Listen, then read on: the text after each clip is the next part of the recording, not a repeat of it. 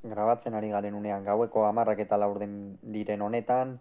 Villarrealek eta Realak Santander Ligan jokatu duten 16. jardunaldiko norgehiagokaren analisia egingo dugu. Realak funtsezko 3 puntu eskuratu ditu Villarreali huts eta 3 irabazi ostean. Egia esan zalantza batzuekin iritsi da Reala gaurko norgehiagoka honetara, baina bi taldeak nola iritsi diren ikusita eta abar, esan daiteke behar bada Reala hoetoxeago iritsi dela gaurko norgehiagoka honetara, izan ere Villarreal liga hasieratik zalantzekin dabil gainera, lehengoan zuzen ere abenduaren 6an usna egin zuen Maccabi Haifaren aurka etxean,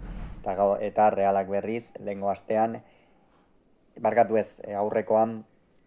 Andratxi utxeta bat irabazi zion, eta esan B unitatea deitzen zaione horrek, eta bigarren zatian A unitatekoek ere ez zuten bat ere norgehiagoka ona egin, eta gaurko norgehiagokara esan bezala zalantza txiki batzuekin behintzat iritsi da Reala. Marcelinoren amaikakoa edo sistema behintzat oso garbi zegoen, lau-laubiko sistema horrekin, gainera Marcelinok lau-laubiko sistema hori jartzeak Altimira eta Joan Foyt egal berdinean edukitzea ekartzen du, eta hor batez ere hortikan min egitea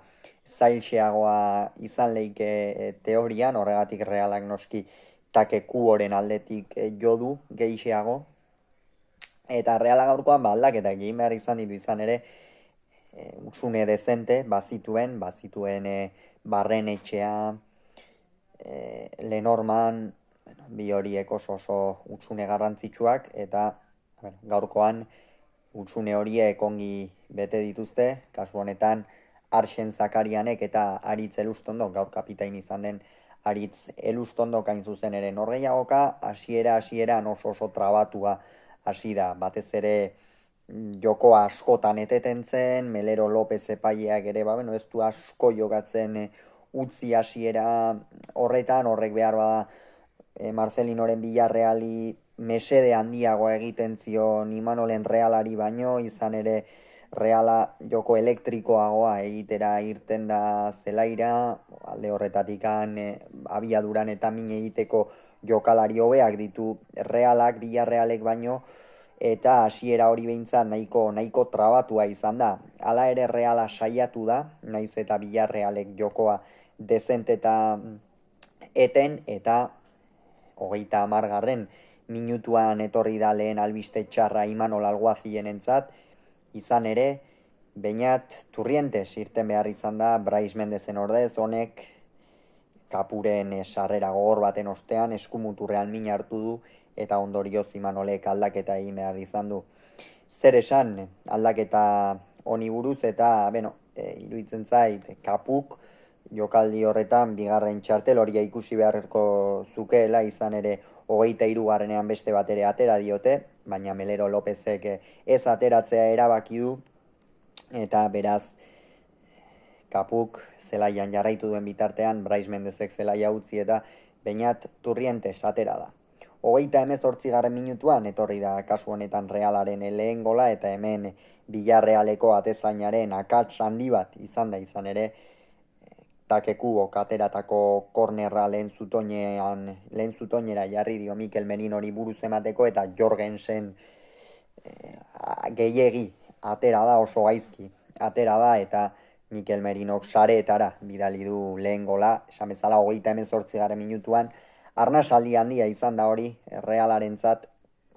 eta hor da Villarrealera bat jokoz kanpo utzi du, ez zen Marcelinoren planteamentu hori eta lehenengo zatian euste hori pikutara joan da Mikel Merinok lehen gol hori egin ostean. Bigarren gola, berriz ere esan genezake Villarrealen akats handi xamar batetik etorri dela, izan ere beste korner batean izan da, Arsen Zakarianek bakarrik hartu du baloia, bakarrik jaso du baloia errusiarrak, areaz kanpotikan jaurti du, baina ez zaio inor gainera joan, hor Moralesek imintzio bat egin du gainera joateko, baina ez zaio gainera joan, jaurti egin du, bakarremati hankean eman, eta Martin Zubimendi gero bakar-bakarrik ez, baina etorri zaionean Jorgensen ederki gainditu du eta Realak utxeta bikoa, iaia kolpe, behin betiko kolpea izan da Realaren aldetik, baina golfesta ez da horra maitu izan ere, berriz ere Villarrealen atzealdeko akas baten ostean, Takekubok 3. gola egin du. Villarrealek lehenengo zatian apenas egin du ezer, horre bai Moralesek aukera txiki bat izan du, baina orokorrean bat ere ez. Bigarren zatian sortu dituzte arrisku aukera batzuk, baina benetan Alex Remirok egin duen geldiketa, Moralesi egin dion geldiketa, benetan ikusgarria izan da, ze geldiketa atera dion Alex Remirok Moralesi, eta hori izan da, Villarrealen horreiagokako aukerari garbienak. Gero egia da, noski, Imanolenek puntu bat behera egin dute, gehiago eskaini dira defenditzera eta abar, baina ja da norreiagoka ia erabakita zegoen, baina ia Villarrealen gol batek beti zalantzak eta sortzitzakeela, baina ez da alakorik gertatu. Imanolenak irmo ibili dira, 4. sartzeko ere aukera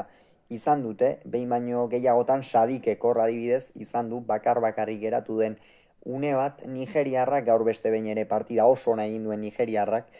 baina ez du lortu, eta orokorrean Reala askoz ere gehiago izan da, eta behar bada distira handirik atera gabe, zeramika bezalako zelai batean alako golfesta utxeta 3koa lortzea gauza handia da Imanolenentzat. Eta bestalde, eta honekin amaitzen joateko, Arsen Zakarian aipatu behar dugu, da Zubimendi eta Merinoren bertsioa da sobran dagizkigu, baina Arsen Zakarian pixkanaka, hasierako 11ko horretan ere asentatzen ari den jokalaria da, noski badakigu Ander Barrenetxea itzultzen denean, ziuraski Arsen Zakarianek berriz ere postu hori irabazi egin beharko duela, hasieratik jokatu nahi badu, baina erakusten ari da kalitatea baduela, barruraka sartzeko abiezia handia, eta benetan pixkanaka konfiantza hartzen, taldean ere egokitzen ari da errusiarra, eta hori oso garrantzitsua da Realarentzat. Eta azkenik, gaur atzo egun zorigaiztokoa zen,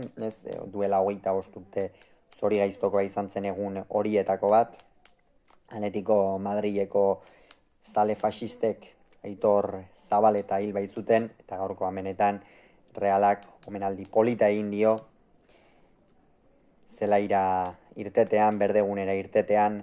bere kamisetak eraman dituzte jokalari guztiek, atzo ere sare sozialetan deialdia igotzerakoan hortxe, 25 zenbakiarekin sartu zuten Aitor Zabaleta, benetan omenaldi polita, eta pentsatzen dugu dagoen lekuan dagoela, gozatuko zuela Realarekin eta Realarekin gozatzen ariko dela. Hauxe izan da beraz, esan beharreko guztia, hurrengoan gehiago izango duzu, bitartean ongi izan, agur.